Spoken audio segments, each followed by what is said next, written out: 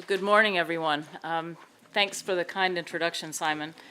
And my job for the next less than 2 hours is to try to orchestrate a very quick overview of issues related to rainforests and why they're important.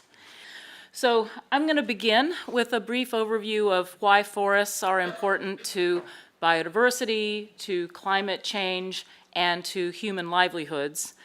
But first I want to start by mentioning why I'm here. So the man behind the lectern is my father. He's actually not very short, but all the people behind him are former college basketball players.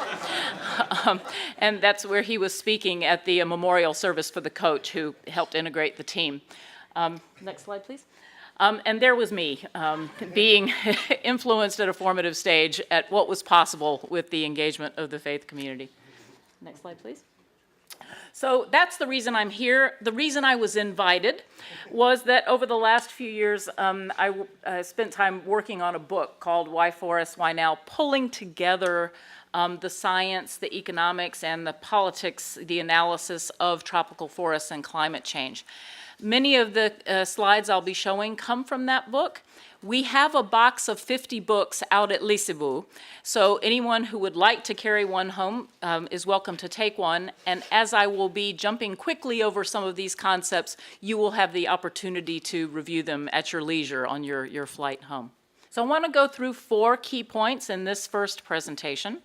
And the first one is that tropical forests are complex ecosystems with extraordinary biodiversity. Next slide, please. This is a classic view of a tropical forest showing its multi-storied canopy with habitats that range from the very top of the trees down into the soil, with very dense carbon storage embodied in that above ground vegetation as well as below ground vegetation, and a myriad of complex ecological functions, and Dr. Nobre is going to be telling us more about those in his presentation. Next slide, please. Another reason that tropical forests are complex is that they're not separate from human communities, but actually quite interlinked. And most of the tropical forest area in the world has been inhabited and loosely or more intensively managed by human communities.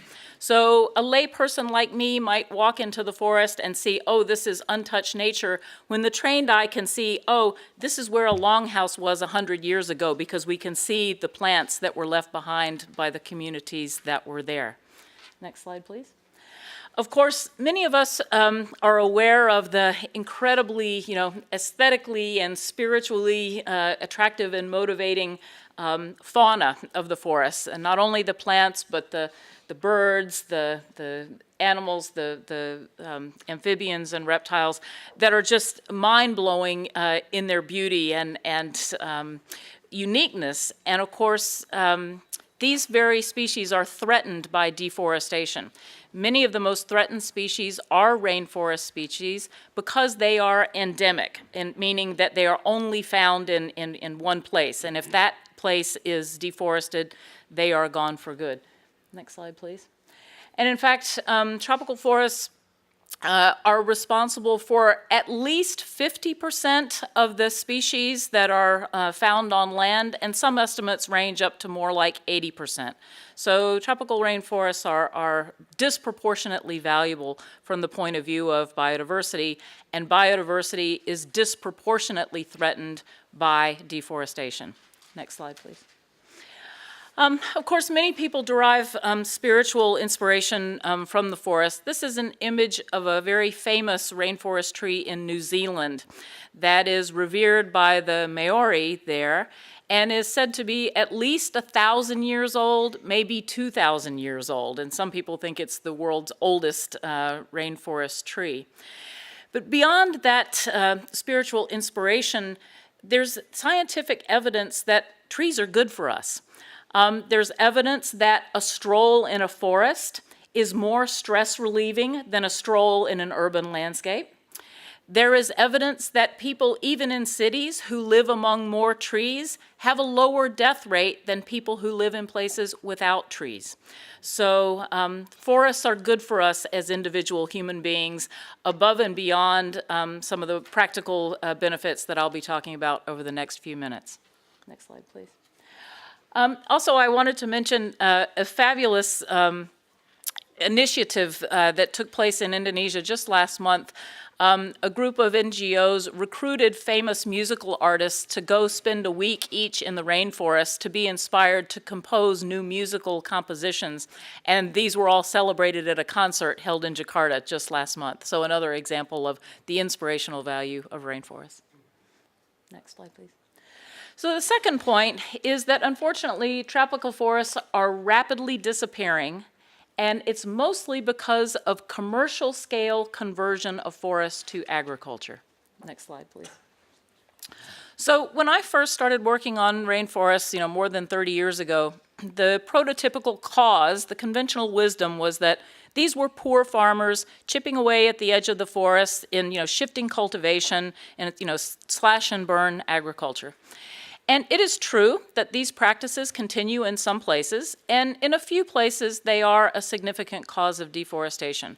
But globally, they are not a significant cause of deforestation, and at stable population rates, this is actually a sustainable system because the patches that are cultivated are allowed to grow back.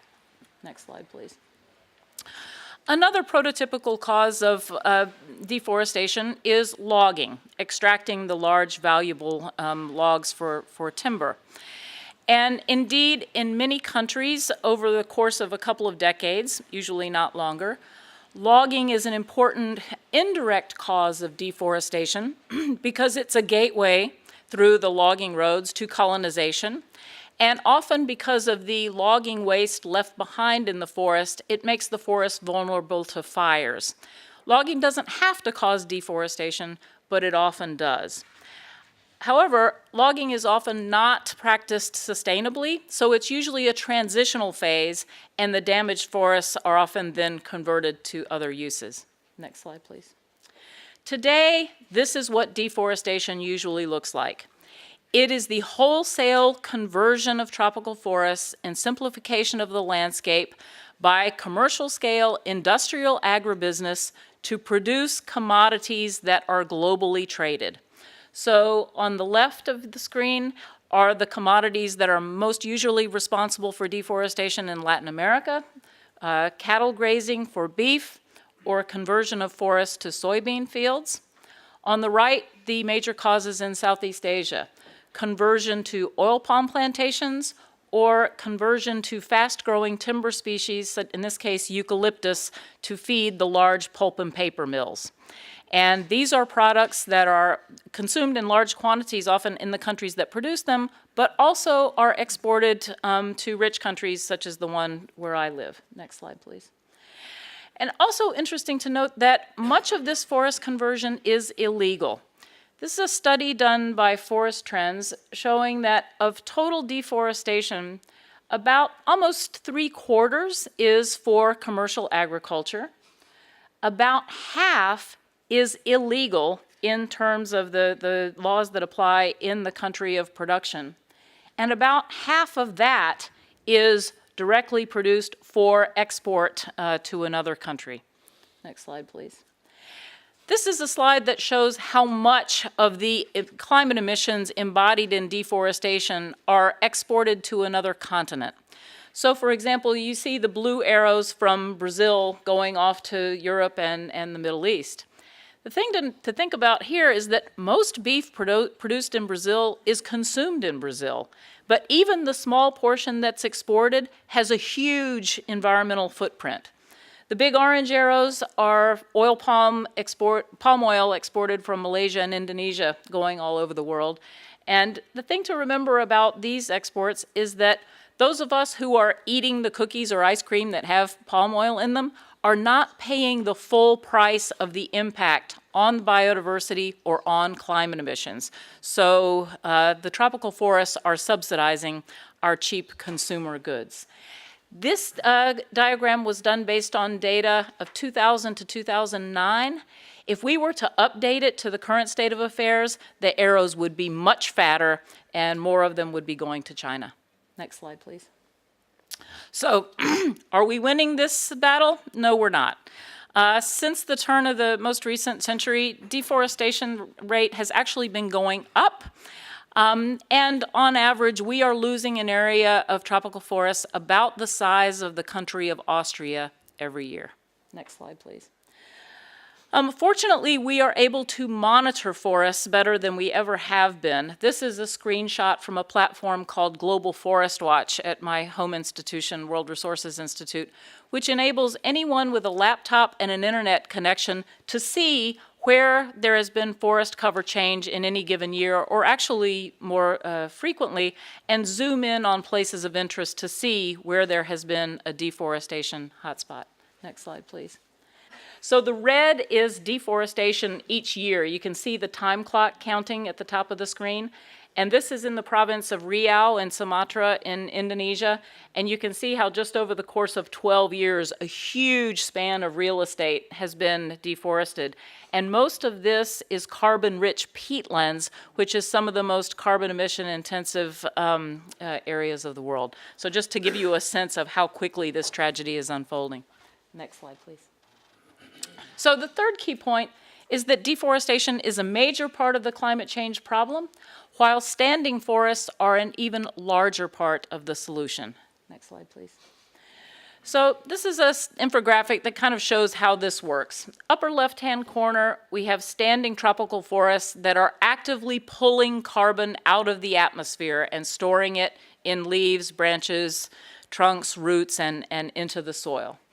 When the forest is cleared and burned, huge quantities of carbon that were previously stored in the forest are released into the atmosphere effectively instantaneously, making a huge dent in the global carbon budget. Two things can happen after that. Either the land is permanently converted to another use, often involving emissions such as agriculture or livestock grazing, or is allowed to grow back. If it's permanently converted, that's a long-term carbon emission stream. If it's allowed to grow back, it will take at least 100 years to achieve the carbon stock that was extant before it was cleared and burned, and probably even then not recover the biodiversity or other ecosystem functions that were in the forest before. In the upper left-hand corner, we have photosynthesis, the only proven, safe, natural, and cheap carbon capture and storage technology. Next slide, please. Is this a serious problem globally? We like to say that if tropical deforestation were a country, it would rank third after China and the United States as a source of global emissions. When Mr. Trump pulled the United States out of the Paris Agreement, everyone was alarmed. How can we meet the Paris goals without the United States? We should be asking the same question, how can we meet the Paris goals without stopping tropical deforestation? Next slide, please. This is what that deforestation often looks like from space. This is a shot of the island of Borneo when the peat fires are burning. And you can see the point sources coming off on the left and a huge mass of haze in a large peatland area that was disturbed during the Suharto era, actually, and continues to regularly burn. Next slide, please. This is a graph showing the upward march of global net climate emissions, with the orange stripe in the middle being those from tropical deforestation. And so if you hear that, oh, the percentage of global emissions that are accounted for by deforestation is declining, that doesn't mean we're solving the problem. It just means that the denominator is growing more quickly. So we're increasing our fossil fuels even faster than we are generating emissions from deforestation.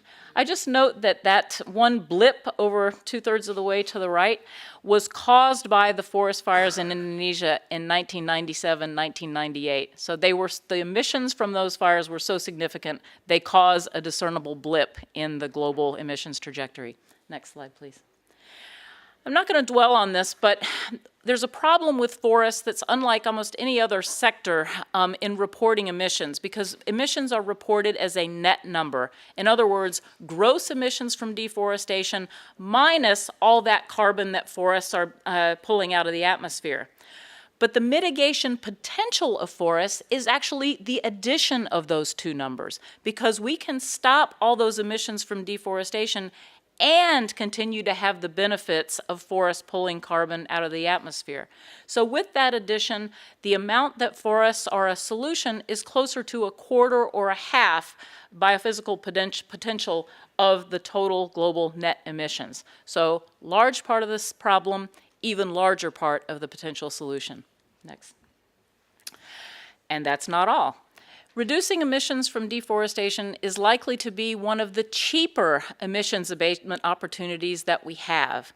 This is the result of some modeling that my co-author did, showing that we can have a cooler planet, we can have it more cheaply, and we can reach peak emissions more quickly if we include reducing emissions from deforestation as opposed to excluding them from our global climate strategies. Next slide, please. Last key point is that tropical forests provide a number of wild forest products as well as environmental services that support poverty reduction, development, and cultural integrity. Next slide, please. Communities all over the world derive a significant part of their livelihoods by collecting wild products from the forests. Bushmeat in Central Africa in particular is critical to the fats and proteins in rural diets. Cash income from timber exploitation is locally important as a source of cash and employment in many communities. Charcoal and fuel wood, important for direct livelihood use for energy, but also for sale. And non-timber forest products of all kinds, often gathered and processed by women. So often deforestation has a particular gender impact because of the income sources that women control.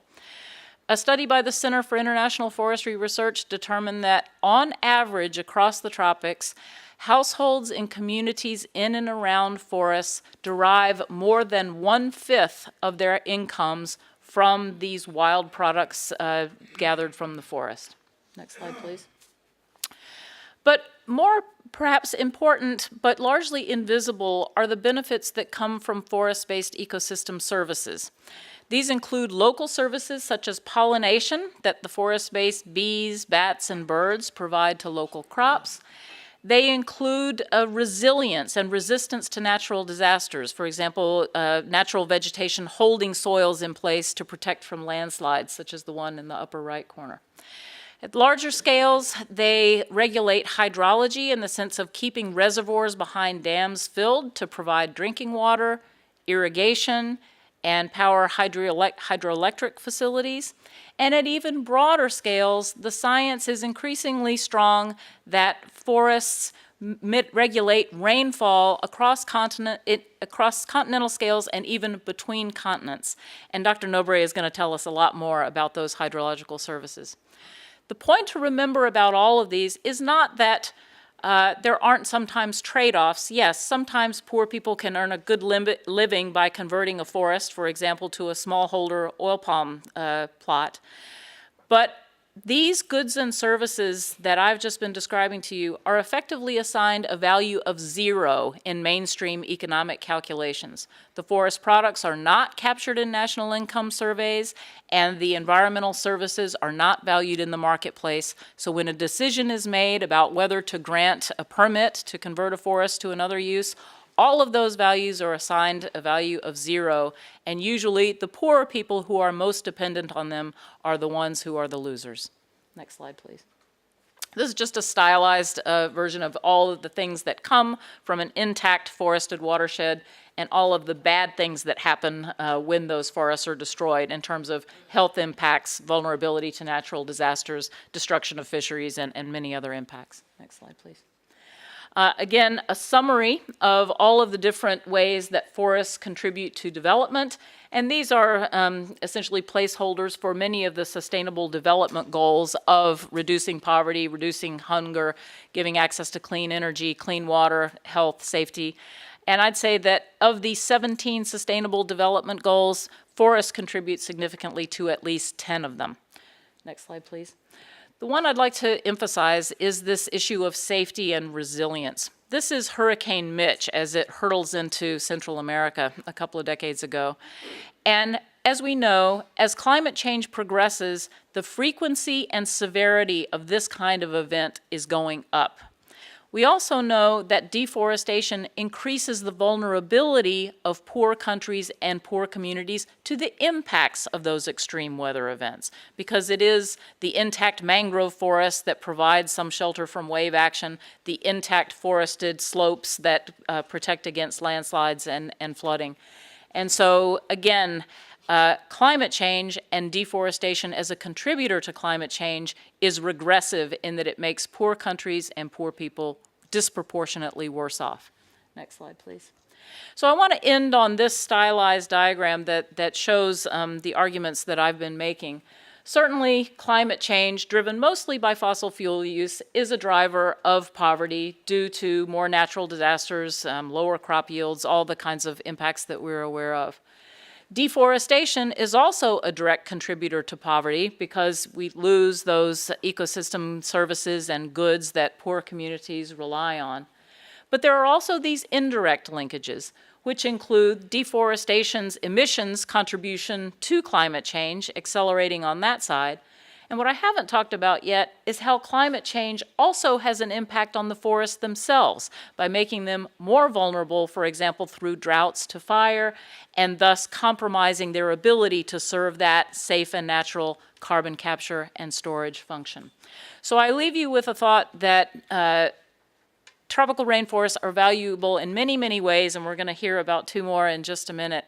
But just based on the climate change impacts and the direct contribution of ecosystem goods and services to poor communities, deforestation emerges as a social justice issue of interest to the faith community. So I'm going to propose that we go... thank you, Charles.